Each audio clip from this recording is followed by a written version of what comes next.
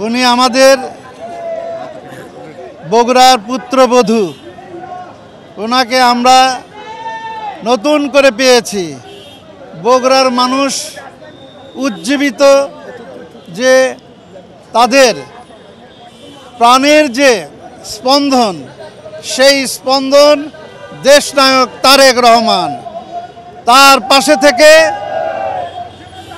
জুবাইদা রহমান সব সময় প্রেরণা যোগাবে, দেশনায়ক তারেক রহমানকে উজ্জীবিত করবে। বাংলার মানুষ সবাই ঐক্যবদ্ধ হবে আগামী দিনে তাদের নির্দিষ্ট লক্ষ্যে পৌঁছার জন্য। অনেকেই হয়তো রাস্তা দাঁড়িয়েছিল ম্যাডামকে অভ্যর্থনা জানানোর জন্য, তারা রুট পরিবর্তন করার কারণে ম্যাডাম মিস করছে। আসলে মূলত একটা ম্যাস গ্যাদারিং হয়েছে, এই পথচারীদের ঢাকা শহরে বসবাস করে তাদের সমস্যা না হয়, মূলত এই কারণে রুটটা পরিবর্তন করা হয়েছে বলে আমি মনে করি। আমরা সুদূর বগুড়া থেকে তাকে এক নজর দেখার জন্য এই বগুড়াতে আসছি। আমরা দেশনেত্রী বেগম খালেদা জিয়া এবং তারেক রহমানের দেশবাসীর কাছে তাদের জন্য দোয়া প্রার্থনা করি। সরকারের কাছে আমাদের এখন চাওয়া, দ্রুত নির্বাচনের ঘোষণা দিবে, জনগণ ভোট দিবে, আমাদের নেত্রী আবার দেশের কাজ করবে, দেশের জন্য, জনগণের জন্য।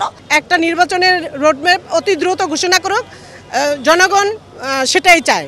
আমরা ম্যাডামকে স্বাগত জানাই, শুভেচ্ছা জানাই, অভিনন্দন জানাই যে আজকে বাংলাদেশে জাতীয়তাবাদী শক্তিকে একত্রিত করার জন্যে ম্যাডামই হচ্ছেন আসল লোক, এবং সেই লোকের সাথে বাংলাদেশের 90% লোক সেটার পিছনে আছে।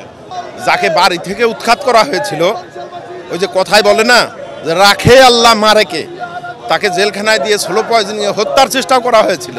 কিন্তু আল্লাহর কি মহিমা, যারা এই অপচেষ্টা করেছিল তারা আজকে বাংলার মাটিতে নাই, তারা বাংলার মাটিতে ফিরতে পারবে বলে আমরা বিশ্বাস করি।